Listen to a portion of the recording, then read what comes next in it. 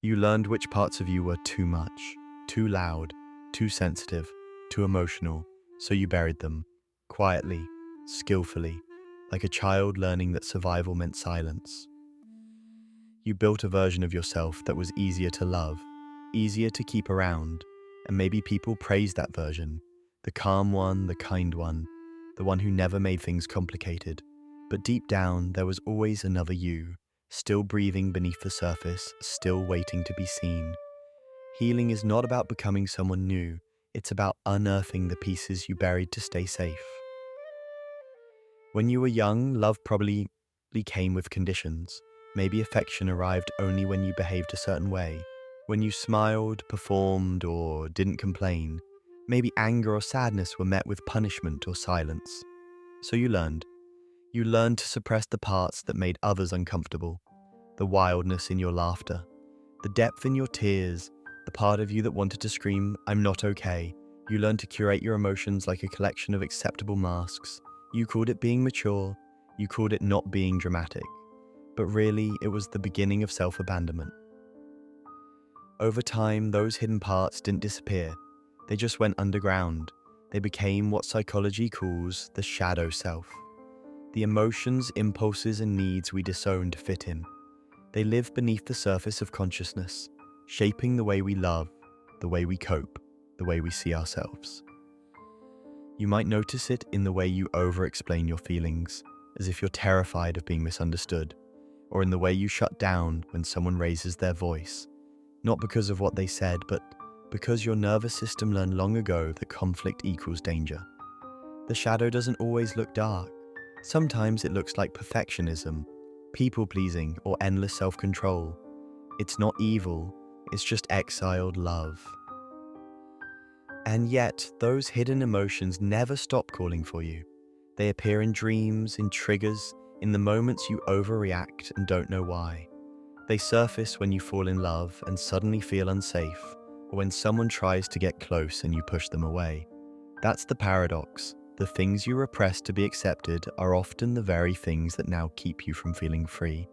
You learn to survive by shrinking, but the body doesn't forget. The heart doesn't forget. The child within you still remembers who they were before the world told them who to be. Sometimes healing begins in the smallest moments, when you notice yourself apologizing for simply existing, and you pause, when you feel a lump in your throat and decide not to swallow it down this time, when you cry for reasons you can't name, and instead of judging it, you whisper, "You're safe now." Shadow work isn't about fighting the darkness, it's about holding it, sitting with the uncomfortable truth that your anger, jealousy, grief, and shame are not signs of your brokenness. They're evidence of your humanity. Every emotion you've buried has been waiting for your permission to come home. But facing those parts can feel like betrayal. Because the old identity, the caretaker, the achiever, the peacemaker, once kept you alive. That version of you negotiated love in an unsafe world. They learned to read every micro-expression, to sense tension before it erupted, to adapt before anyone could reject them. Hypervigilance became your compass. Parentification became your pride. You didn't just want to be loved, you wanted to be safe. And safety back then meant disappearing. So when you begin to reclaim your voice now, it can feel dangerous. The nervous system doesn't know the difference between healing and rebellion.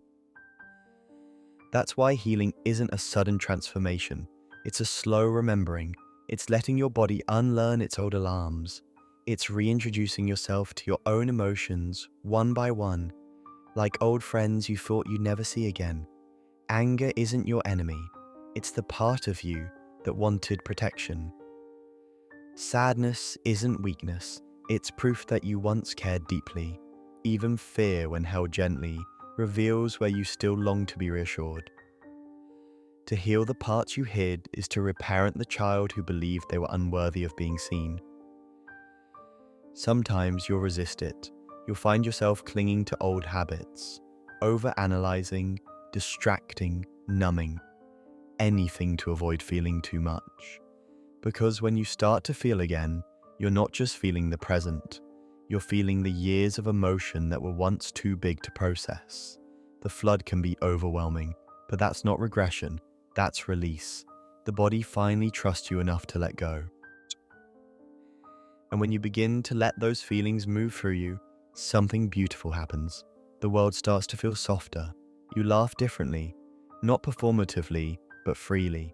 You stop needing to prove your goodness because you no longer fear your darkness. You start to see that love and rage, joy and grief, light and shadow, they're all part of the same spectrum of being alive. The goal was never to fix yourself. It was to remember that you were never broken, just fragmented. You might still have days where you slip into old patterns, where silence feels safer than truth, or where pleasing feels easier than authenticity. But even that is part of healing. It's not about never hiding again. It's about realizing that now you have a choice.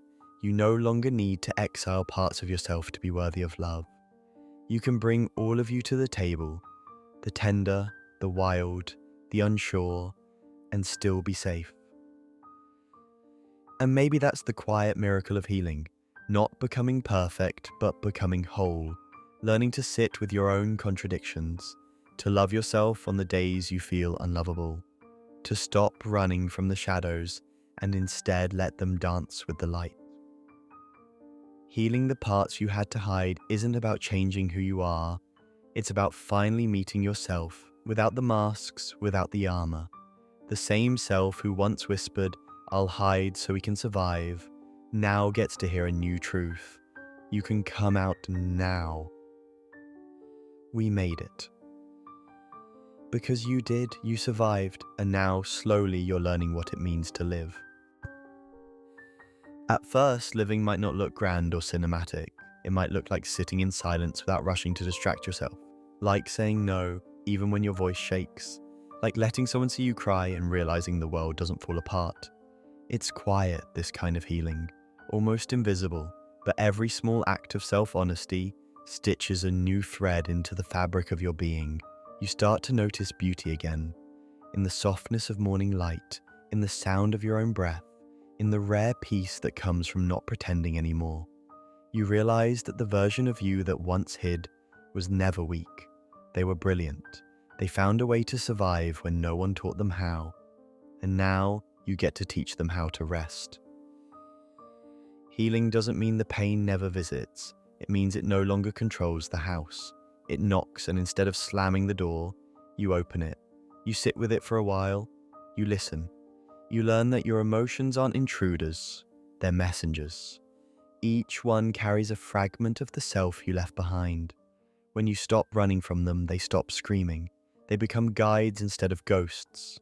And somewhere in that gentle dialogue between your wounds and your wisdom, you begin to feel something unfamiliar but true. Peace. Not the kind that comes from everything being okay, but the kind that comes from knowing you'll be okay even when it's not. Maybe that's what healing really is, not the erasure of pain, but the reclamation of your aliveness. You learn that your sensitivity was never a flaw, it was your compass. That your depth was never too much, it was your way of seeing the world clearly. That the parts you hid were never unlovable, they were simply waiting for love that wouldn't punish them for existing. And as you keep showing up for yourself, day after day, the distance between who you are and who you pretend to be grows smaller, until one day you can no longer tell the difference.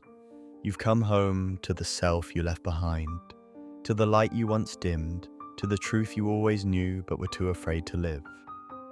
And in that quiet return, you realize something profound. Healing was never about finding yourself, it was about remembering that you were never lost.